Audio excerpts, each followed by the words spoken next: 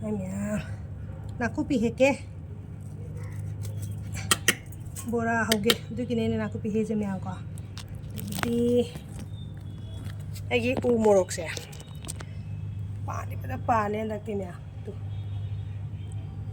lake ko ya pam morok se myam ko tu ya u bira morok se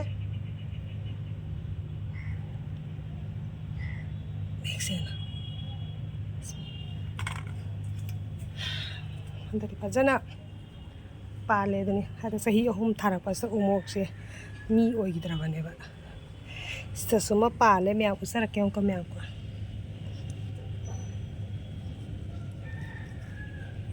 kagere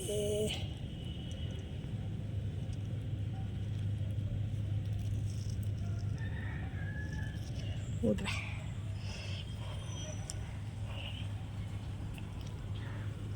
kali sing no koi sing la na te koi sing te yam si umok se fajabai jan yo ko mapan tagi kai tagi khayam pali phayam pale palo je na ti thinge sileba hi tombi isi simi ya de pige ini pale je ambi ji am sana da bai tare ko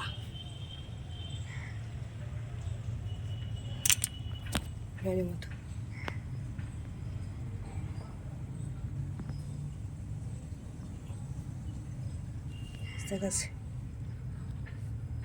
Stegase tu myam tu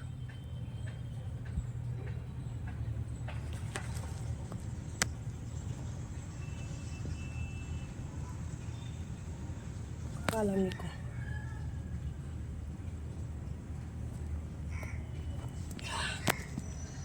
kese nakupi talaga tikle kije nakupi se kan sogi ju hek to ini ko aija ka ni he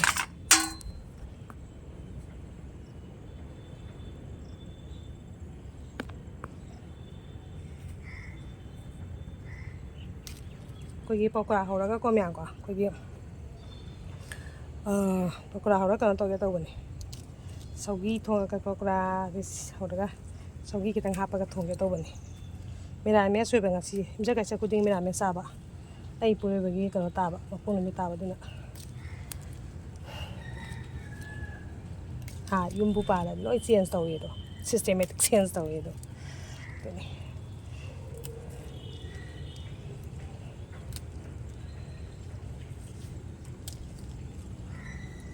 sare he cái nó sờ nó phone cho tay cái lực thì cái hông đi phone tàu ra hai lấy cái nó hông thì phone phải là tàu ấy sờ ngasi ja ngang hung ka ki ju ming chan ba sa tori bini mo college ta mo sai na ti ngasi thabak sa tre ai gi student ahum mari ming chan ba da admission to da college ta ai yaw da ya da ai chat ta ya da ba ai chat ta me man ta da ona ga ta gi do ba degi ya anda sogi ji yam ja pote how to me se do na ko pise sima muk le lage me yam to na ko pise muk le lage ai gi panji phajana ti palam do male se maram di yam me ba pambi je handak ti mai tare gi pan di tha bu thara di ha me ya kwa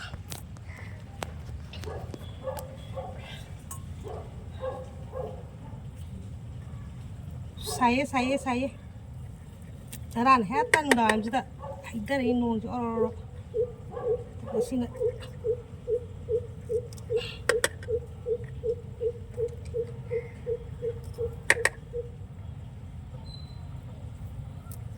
handai phanam char na ko pisi daw tunga yadri mina yetta si mana ma sing hingom bo ai gini ha por kudi mata loina yele tawi ko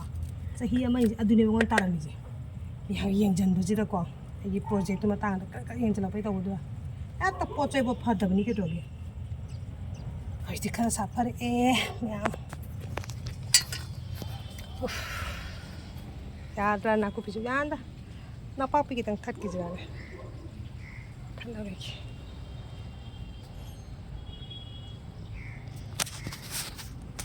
yam sai ko mya ꯁꯥꯕ ꯇꯧꯔꯤꯖꯣ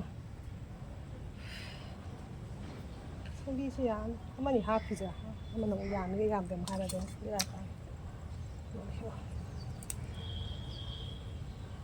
ꯉꯁꯤꯗꯤ ꯍꯪꯒꯥꯝ ꯃꯔꯨ ꯍꯨꯟꯈ꯭ꯔꯦ ꯉꯥꯏꯂꯦ ꯍꯋꯥꯏ ꯊꯔꯥꯛ ꯊꯥꯖꯤꯜꯂꯒꯦ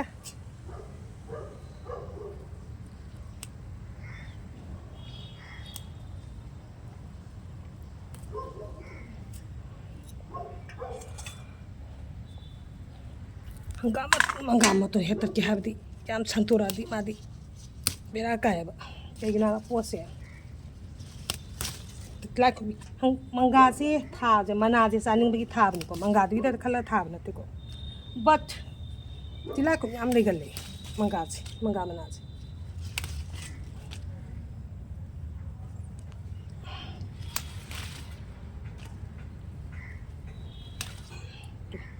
sine vene ko la zari wari mai da sa le na ko on thope ko to bi to le na ko aduga mo ba ko pa ai bi dai ni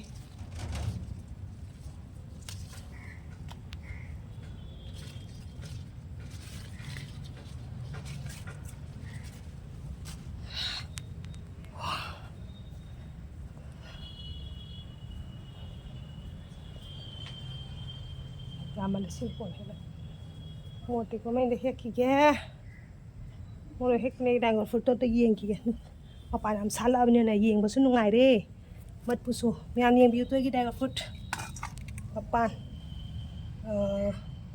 amutang de kan masan ta ko mari ni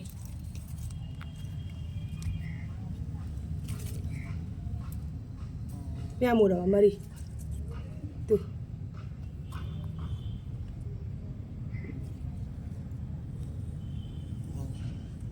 mari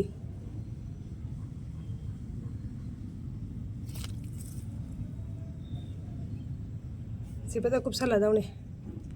sta Maria ma dagidi sta Ania ma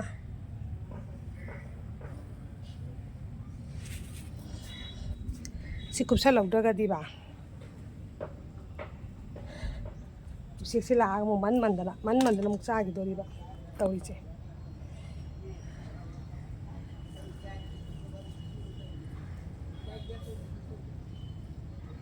ai bu sa mo angang mo udi da ne o sile morok sing tu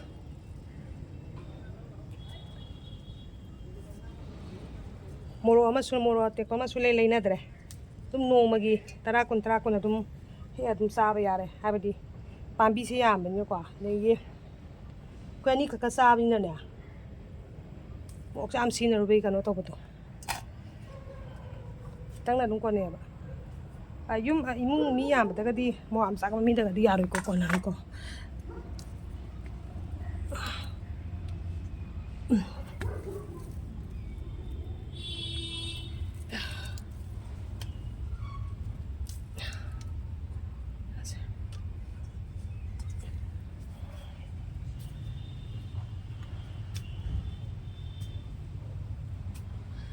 tha bu tha ra di ha myam ko tan bu tan dra ba dum sa re tan bu tan la ba dum sa dre na to ya humanga ji ta he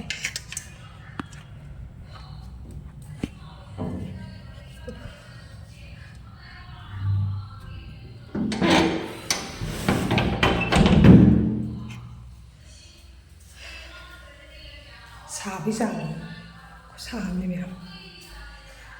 kya ho ne yin no hai mai mobile se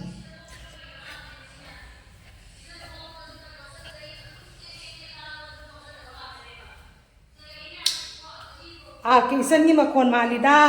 mobile ta khadang tha dari se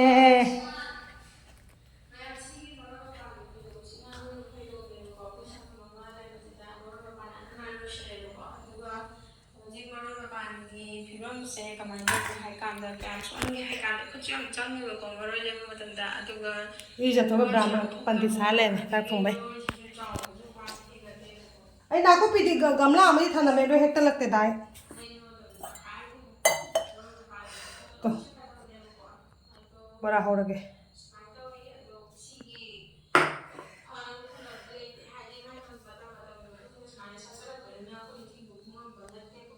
ꯂꯣꯏꯁꯤꯜꯂꯒꯦ ꯃꯌꯥꯝ ꯃꯊꯪ ꯚꯤꯗꯤꯑꯣꯗ ꯑꯃꯨꯛ ꯊꯦꯡꯅꯔꯁꯦ ꯃꯌꯥꯝ ꯀꯣ ꯌꯥꯏꯐꯔꯦ ꯌꯥꯏꯐꯔꯦ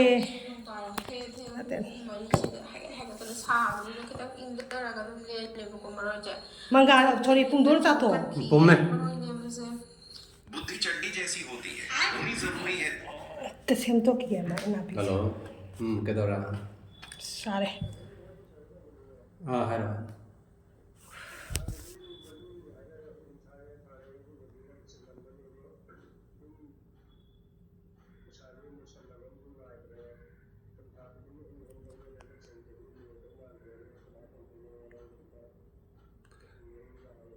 ꯂꯣꯏꯔꯅꯤ ꯀꯩꯅꯣ ꯂꯤꯁꯤꯡ 13 ꯈꯤꯇꯪ ꯉꯥꯏꯔꯝꯃꯅꯤ ꯌꯦꯡꯉꯣ ꯀꯌꯥ ꯂꯩꯒꯦ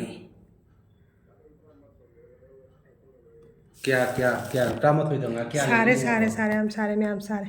ꯋꯥꯎ ꯂꯣꯏꯁꯤꯜꯂꯒꯦ ꯃꯌꯥꯝ ꯀꯣ ꯕꯥꯏ ꯕꯥꯏ ꯃꯊꯪ ꯚꯤꯗꯤꯑꯣꯗ ꯑꯃꯨꯛ ꯊꯦꯡꯅꯔꯁꯦ ꯃꯌꯥꯝ ꯀꯣ ꯑꯩꯅ 13